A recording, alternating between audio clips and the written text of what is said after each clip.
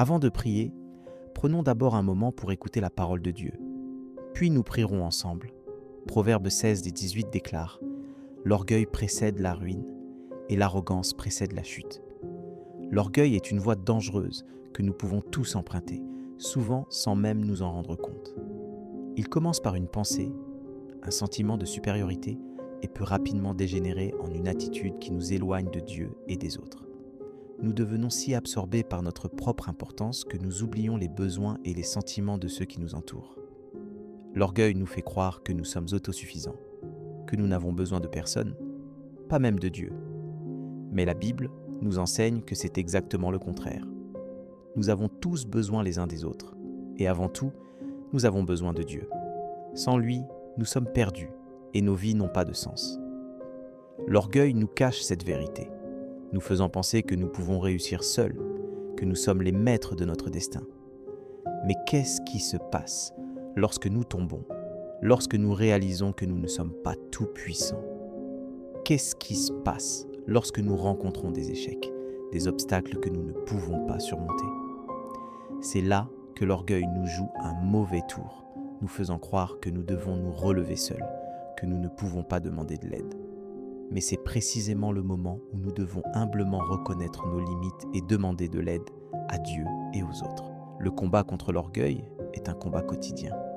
Il nous faut chaque jour choisir d'être humbles, de reconnaître que nous ne sommes pas les centres de l'univers.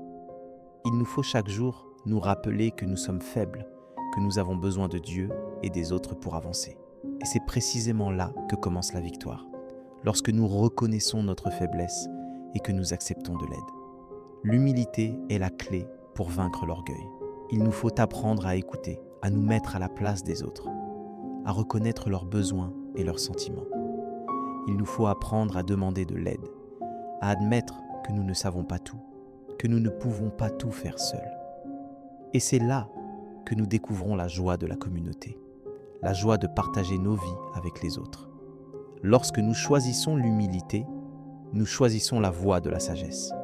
Nous choisissons de reconnaître que nous sommes des êtres limités, que nous avons besoin de Dieu et des autres pour vivre pleinement. Nous choisissons de mettre notre confiance en Dieu, de lui demander de nous guider et de nous aider à avancer. Et c'est là que nous trouvons la paix qui vient de savoir que nous ne sommes pas seuls.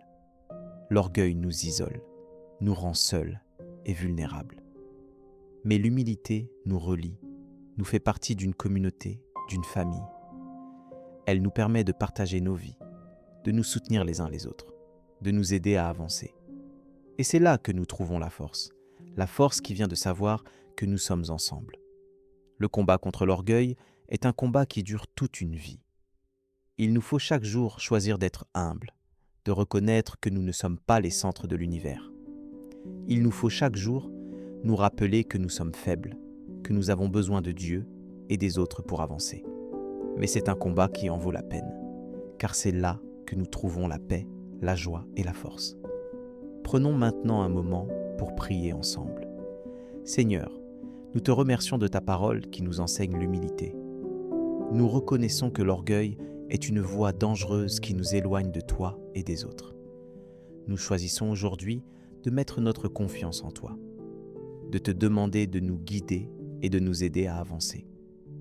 Nous te demandons de nous donner l'humilité, de nous permettre de reconnaître nos limites et de demander de l'aide. Nous te remercions de ta présence dans nos vies, de ta guidance et de ton amour. Amen. Si cette prière a touché ton cœur, écris Amen en signe de foi. Je prie pour que chaque bénédiction contenue dans cette prière soit sur ta vie, au nom de Jésus.